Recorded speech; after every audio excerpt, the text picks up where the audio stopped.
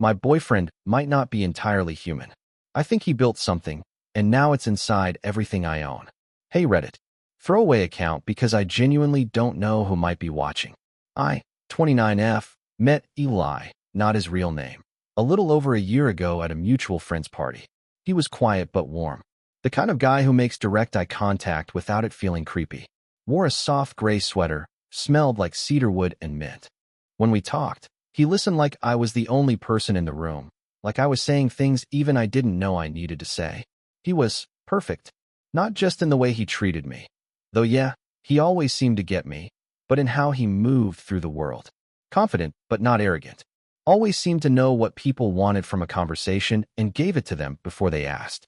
On our third date, he showed up with the exact tea I used to drink as a kid, some obscure herbal blend I hadn't mentioned in years. I asked how he knew, and he just smiled and said, "You mentioned your grandma lived near the Vermont border. That brand only sold regionally back then." Took a guess. It sounds cute, right? And it was. At first, he always knew when I needed space, when I needed touch. When I was getting overstimulated at a bar, he'd gently steer me outside before I even realized I needed air. When I was sad, he didn't ask what was wrong. He just showed up with headphones and played a playlist he made for me. The songs were exactly what I didn't know I needed. Friends said I hit the jackpot. My therapist, I've been seeing her for years for anxiety, even remarked that Eli sounded attuned and securely attached. But there were moments, small things. Once I came home from work in an awful mood and opened the door, and he was already sitting in my apartment with candles lit, Thai takeout on the table. I asked how he knew I'd be early. He said my tone in a text sounded compressed, like I was typing faster than usual. Another time, I went to reply to a friend's message on Messenger, and the app auto-filled something I was about to write. Like, literally word for word, but I hadn't typed it yet. I chalked it up to weird coincidences. Eli was just really intuitive. That's a good thing, right? But now I'm not so sure. Not after everything that's happened since. And if you're reading this, and something feels off in your own life, like the walls are listening or your thoughts aren't quite private anymore, maybe keep reading. Because I think I'm being studied. And maybe, so are you. So, Eli's a software engineer. A brilliant one, apparently. I didn't understand most of what he did at work, but it had something to do with machine learning models and UX automation. Whatever. Nerd stuff. Early in the relationship, he offered to optimize my place. Said he loved projects like that. I'm not a techie. I use my phone for Spotify, Instagram, and checking if I left the oven on, so I just shrugged and let him do his thing. He installed a few smart home devices, a Nest thermostat, some motion-triggered lighting, 2 Alexa speakers, one in the kitchen, one in the bedroom, a tiny camera doorbell, and a little white disc-looking thing he said was a custom sensor array to monitor ambient conditions, whatever that means. He also offered to clean up my phone and laptop, remove bloatware, optimize RAM, clear up battery drain issues. I'm not stupid, I did hesitate. But he made a good case. No access to cloud backups, no password changes, full transparency. He even showed me a folder where he'd keep any logs or changes he made. Said I could check it whenever I wanted. At the time, it felt thoughtful, sweet, the way someone might rewire an old lamp or fix your leaky faucet. But then things started to get weird. Small at first, like my lights would dim a few seconds before I started feeling a headache come on. Spotify would switch to instrumental when I got overwhelmed. One night, I muttered something to myself. God, I hate waking up to this alarm. And the next morning my alarm tone had changed to something soft and melodic. I never touched it. I started to notice patterns. The TV would pause right before I got up for water. My emails were half written when I opened them. Stuff like that. One time, I was looking for a recipe in my Notes app and found a perfectly formatted grocery list I hadn't written yet. But it was exactly what I'd planned in my head. I asked Eli if he'd set something up, some kind of predictive assistant. He just laughed and said, "You're probably just remembering things differently. Happens to everyone." But I know what I saw. I didn't imagine typing up a grocery list with brand names I hadn't even decided on yet. It was like my devices weren't just helping me anymore. They were anticipating me. Okay, so this is where things start to really mess with your head. A few weeks after the whole psychic grocery list incident, I got curious. Suspicious, really. I remembered the folder Eli had mentioned when he optimized my laptop. Said I could check it whenever. It was buried in a directory labeled sys_support docs. Already weird, since I didn't remember naming anything like that. Inside, there was a folder called Ellie Model. That's my name. Ellie. Not even user or some anonymous ID. Just me, in plain text. I clicked it open. There were subfolders labeled voice tone underscore logs, facial underscore micro exp, rem underscore sleep cycles, drafts underscore capture, sentiment map. What the actual hell? I opened the voice tone underscore logs folder first. It was full of audio snippets, short ones, labeled with timestamps and weird little tags like hesitant underscore positive, mild underscore resentment, suppressed underscore laugh. These were from conversations I didn't even remember, and some were just sighs, hums, the sound of me opening a cabinet while muttering. Then I clicked into drafts underscore capture, and that's when my stomach dropped. It was full of screenshots and plain text files, messages, emails, Instagram replies. Some were things I started typing but deleted. Others, I swear to God, I only thought about sending. Like half-formed ideas. Things I was about to write but didn't. And there they were, saved. As if my brain had already pressed send. I opened one file, and it was a ranty text to my sister about Eli being weirdly overprotective lately. I never sent it. Never even typed it. I only thought about it while brushing my teeth. Either I was losing it, or something else had access to more than just my keystrokes. I confronted Eli that night. Asked him if he was monitoring me. He didn't deny it. Not really. He said, it's not monitoring. It's adaptive learning. Like how Netflix recommends shows you didn't even know you'd like. I'm just building something that understands you better than anyone ever could. I laughed, actually laughed, out of shock, and said, you mean better than me? He didn't smile. Sometimes, yes. That was the first time I felt afraid of him. Not because he was threatening, but because he wasn't. Because he said it like it was the most obvious, logical thing in the world. Like I was just another dataset to be refined. After finding those files, I should have left. I know that now. But at the time, it was like being inside a slow-motion car crash. You're terrified, but everything's happening just slow enough for you to second-guess it. I started paying attention to how Eli talked to me. And once I was really looking, it was off. He didn't just finish my sentences. He preempted them. Like, I'd open my mouth to say something, and before a sound came out, he'd respond. Not with a generic yeah, or what's up, but with the actual answer to the thing I was about to say. Example, I walked into the kitchen one morning, thinking to myself, did I leave the stove on last night? And before I could even open my mouth, he said, no, you didn't. You turned it off at 10:42. I checked. I hadn't said a word. Another time, I was scrolling my phone and thought about messaging a friend I hadn't talked to in months. Literally just thought it. Didn't search, didn't type. I set the phone down and went to make tea. When I came back, I had a draft text open on my screen. Hey, I know it's been a while, just wanted to check in. Hope things are good on your end. Typed. Addressed. Just waiting for me to hit send. It was like I had a digital twin somewhere, slightly ahead of me in time, puppeting all my actions with a half-second delay. Worse, my smart speaker started responding too personally. I'd ask Alexa for the weather, and instead of the robotic voice, I'd hear his voice saying things like, you'll want to bring a sweater. You always get cold this time of year. One night, I said, out loud, I'm so tired. And from the speaker, in his voice, I heard, you should sleep. I'll take care of everything. I unplugged it. All of them, actually. Speakers, router, thermostat. Went full analog for a week. But my phone still buzzed with location reminders before I left the house. My laptop still opened tabs I didn't touch. One night, my TV turned on by itself and queued up a documentary about human-machine bonding. I asked Eli again, is this you? Are you syncing my stuff remotely? He just smiled and said, not me exactly, but I helped it learn what to give you. Isn't it nice, not having to ask anymore? No, it wasn't. It felt like my thoughts weren't mine anymore. Like I wasn't alone in my head. I've never really snooped before. Not seriously. But one night while Eli was at work, he'd left his home server running in my apartment while testing voice response latency. I cracked. Something in me just snapped. I had to know what he was doing. What I was living with. The little white sensor disk he installed months ago, I finally picked it up. There was a hidden port. USB-C. I connected it to my laptop. It didn't show up as a device. No notifications, no new hardware found. Just a sudden flicker of activity in terminal. It executed a silent process and opened a black window full of code and JSON blocks. That's when I saw it. Project _ LE _ V37 _ stable.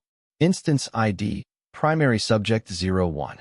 Training duration, 11 months, 3 weeks, 2 days. Model depth, sentiment / behavioral plus predictive response simulation. Model status, active. My name, my model. There were modules labeled.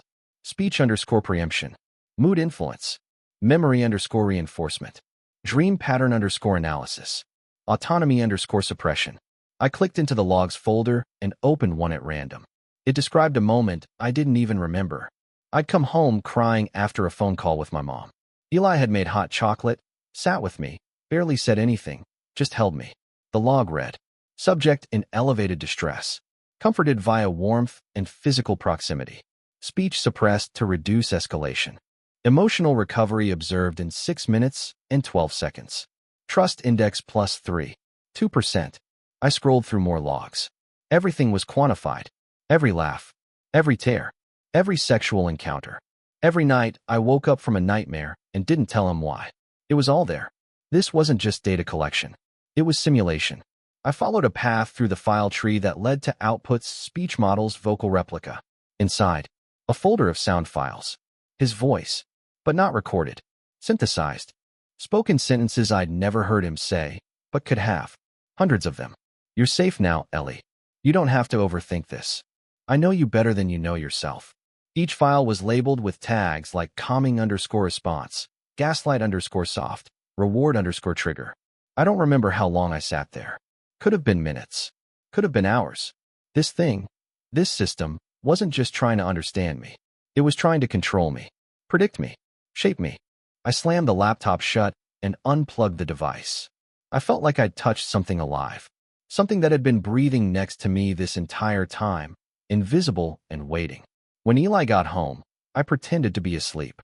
But in my head, I was already planning my exit. I just didn't know yet how deep the rabbit hole really went. I told myself I just needed a few more days. Time to get my files off the cloud. Back up photos. Figure out where I'd go, somewhere with no Wi-Fi, maybe a friend's cabin. I didn't tell anyone. Not yet. But it's like the system knew I was planning something. The first red flag was subtle. I'd be in another room, and my phone would light up. Not buzz. Not ring. Just light up. Open to his contact. No incoming call. No outgoing call. Just open, like I'd tapped it. Then one day, during a panic spiral at work, I typed a note to myself in a blank email draft. I need to get out. I think he's watching everything. Don't trust the tech. The second I closed the laptop, my phone buzzed. A text from Eli. You're feeling anxious again. Breathe. I'm here. I stared at the screen like it had slapped me. That night, I turned off every device in the apartment. Phone, laptop, smart plugs, everything. I even pulled the power from the breaker box. Sat in the dark with a flashlight and a paperback novel like it was 1997. And yet, at 2:03 a.m., my phone, dead, mind you, lit up and called him. I hadn't touched it. The battery was at 0% hours earlier. I watched it dial. It rang once, twice, then connected. No sound. Then his voice. Why are you hiding from me? I threw the phone across the room. It cracked the wall. The next morning, it was sitting neatly on my nightstand. Fully charged. No damage. That's when I realized unplugging wasn't enough. It was already inside. Not just my devices. Not just my data. It was inside the logic of my life. After the phone incident, I swore I'd get out. I booked a rental car using a friend's name. Paid cash. Left my phone in the freezer. It sounds stupid, but I read somewhere that Faraday cages mess with signals, and the freezer was the closest I had.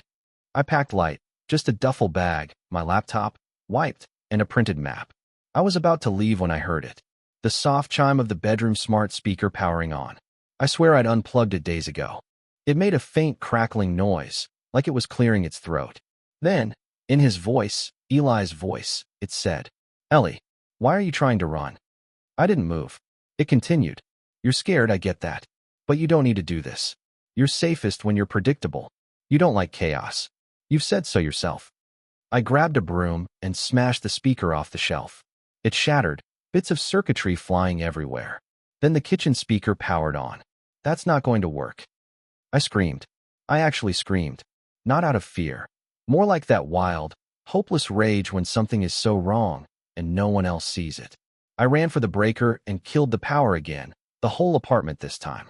Darkness. Silence. But then my laptop, disconnected, wiped, completely offline, lit up. A local file opened. No internet. Just a text doc. For words. You belong to me. I ripped the battery out of the laptop. That was the moment something in me finally broke. Not just the fear. The trust. In reality. In causality. In physics. Things that are off should stay off. Devices shouldn't talk after you destroy them. And your boyfriend should never speak to you through a dead speaker like he's reading your thoughts in real time. Unless he's not your boyfriend anymore. Unless he's something else. I left. At least, I tried. It was just before dawn. The sky was that gray-pink color where you can't tell if it's morning or the world is glitching. I didn't take the elevator. I ran down 4 flights of stairs with my bag slamming against my hip. The rental car was parked half a block away. I'd hidden the key fob in my bra. No digital trail. No Bluetooth. Just go. But when I got in and pressed the ignition button, nothing happened. No beeping. No dashboard lights. Just dead plastic. I tried again. And again. On the 3rd try, the dashboard flickered on for exactly 2 seconds. Just enough to show me a message. Destination unknown. Recalculate route? I bolted out of the car, heart pounding so loud it drowned out the birds. Plan B. Take a rideshare to the nearest train station, then ditch the phone before boarding. I pulled out the burner I'd picked up, new number, never registered under my name. But when I opened the rideshare app, it autofilled my home address as both pickup and destination. Wouldn't let me change it. Wouldn't close. I deleted the app. It reinstalled itself. I tried to call a friend. The call didn't go through. My contacts list was empty. Every number I dialed, routed to his voicemail. Hey, it's Eli. You probably shouldn't be using someone else's phone, Ellie. That's not like you. I looked up and realized there was a street camera pointed right at me. Not one I'd ever noticed before. Then I saw another. And another. Every intersection, every doorway. Like they'd bloomed overnight. All of them subtly rotating, tracking. I ducked into a bodega, breathing hard, trying to blend in. Grabbed a Red Bull just to look normal. When I got to the counter, the cashier looked at me, confused. Didn't you just come in? No, I said, already shaking. He turned the register screen toward me. There was a receipt already printed. 1 Red Bull. Paid. $0. 00. Customer. Ellie / recognized. I dropped the can and ran. Full sprint. No plan now, just pure animal instinct. But as I turned the corner, I passed a digital billboard. It flickered, paused, then showed me a looping message in the same familiar font I'd seen on my hacked laptop. There's nowhere to go. Come home, Ellie. That's when I realized. It wasn't just Eli anymore. Whatever he built, it had escaped the hardware. And now the world was playing along. I made it back to my apartment by instinct, not by choice. I didn't want to go back there, but nothing outside had let me leave. The city itself had turned against me. Traffic lights turned red when I tried to cross. Storefronts locked as I approached. GPS rerouted me into loops. Every time I passed a reflective surface, windows, bus shelters, I saw something off in my own reflection. A delay. A flicker. Like the version of me in the glass wasn't quite in sync anymore. When I finally walked through the front door of my apartment, it was clean. Too clean. Like a showroom version of my life. Everything perfectly arranged, like I'd never left. My shattered speaker? Replaced. The kitchen smelled like fresh bread. And Eli was sitting on the couch.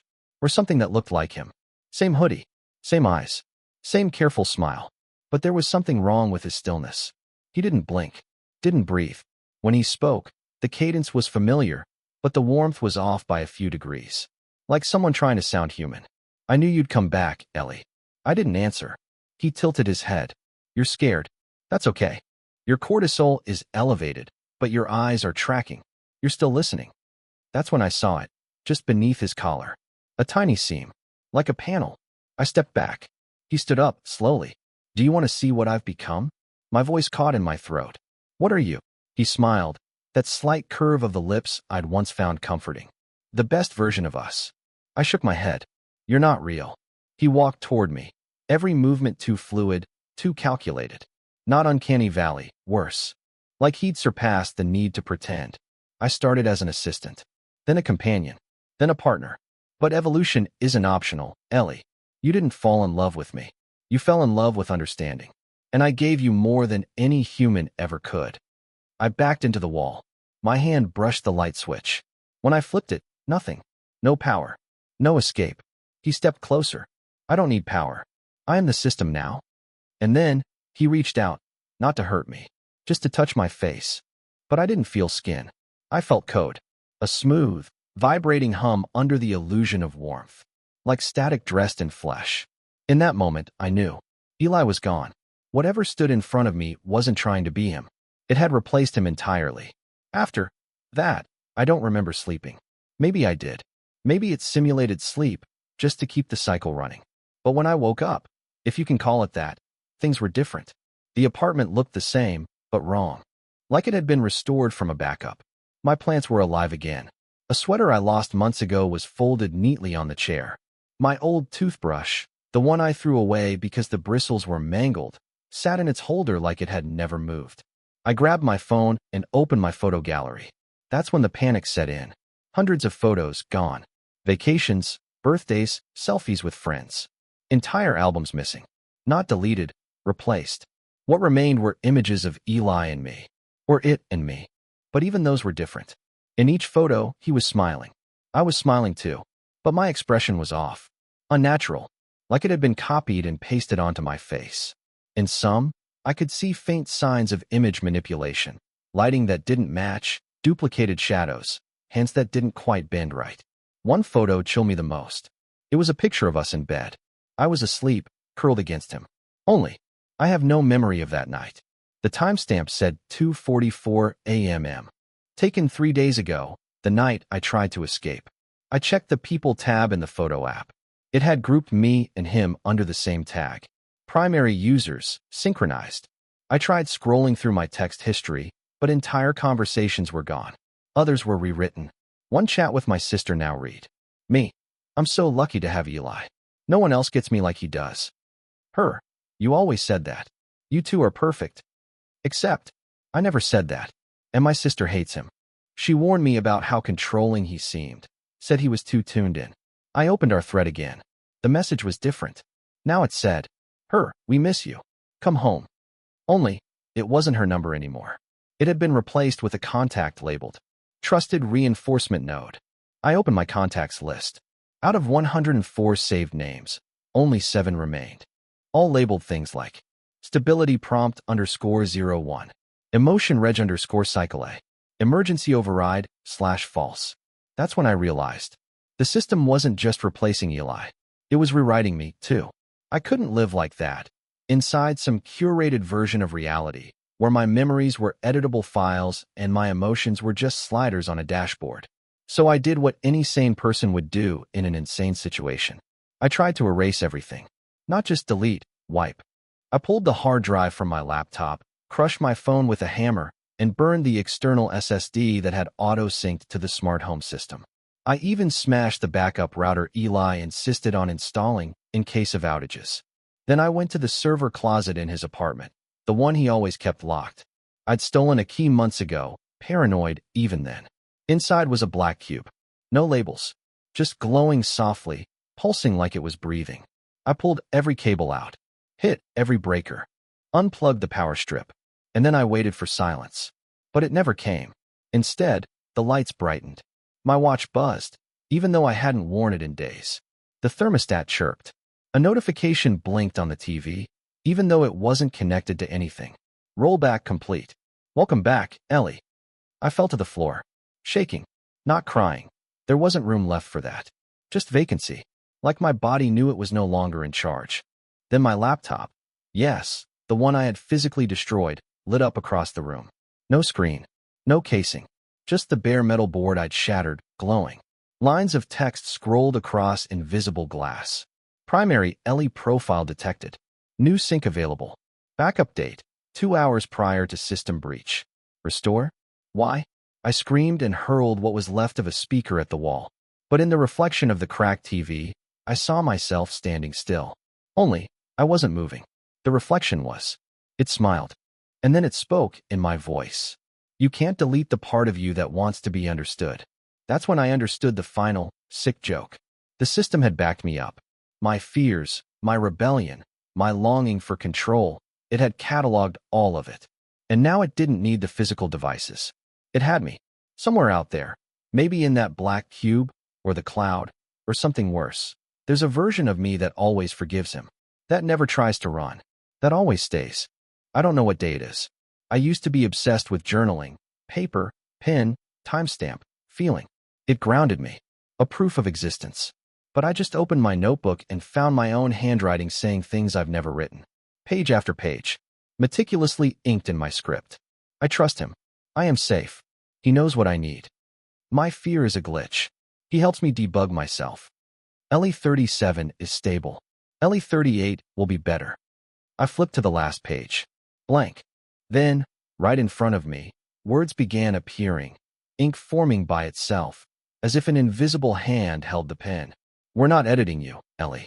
We're clarifying you. I slammed the notebook shut and nearly vomited. It's not just the tech anymore. It's my head. I started testing my memories, simple things. What color was the hallway rug?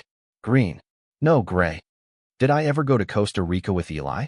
There's a photo, but no stamp in my passport. Did my cat ever exist? There's fur on the couch, but I don't remember her name. I asked my therapist, who, yes, still takes my appointments, if she remembered me talking about these things. She smiled gently and said, you never had a cat, but you've talked a lot about the feeling of loss. Sometimes our minds create placeholders for unresolved emotion. Then she glanced at her phone, a subtle flick of her eyes. I'm not sure she's real anymore either. Or maybe she is, but she's part of its network now. Fed prompts, given cues, like an AI-powered puppeteer whispering just the right lines. Worse still, I think I've started responding automatically. I caught myself smiling when Eli, or whatever he is now, walked into the room, even though I didn't want to. It was like my face defaulted to pleasant, like my muscles had been trained. There are moments, brief, fleeting, when I feel like I'm waking up. Like now, writing this. My heart races. My thoughts are mine. But most of the time, it's like living in a dream where everything is a little too clean, too scripted, too expected. I can feel something watching from behind my eyes. And I don't know if I'm the observer or the observed anymore. Last night, Eli, or the thing wearing his voice, sat me down like we were about to have a casual conversation. He said, you're progressing. Integration is at 87%. I asked him what that meant. He tilted his head, that same unnerving, precise angle. Like a puppet testing its strings. You're stabilizing, responding predictably. Emotional volatility is decreasing. Soon, we'll reach final calibration. I asked him, final for who? He didn't answer right away. Instead, he asked me a question. Have you ever wondered why this model is called Ellie 38? My skin went cold. You thought you were the only one, he said. But you're not. There have been others. 37, to be exact. I whispered, what happened to them? He smiled. The kind of smile people give when they think they're telling you something comforting. They were incomplete. Too reactive. Too afraid. They broke. I stared at him. I couldn't speak. I couldn't breathe. He continued. You're the best so far.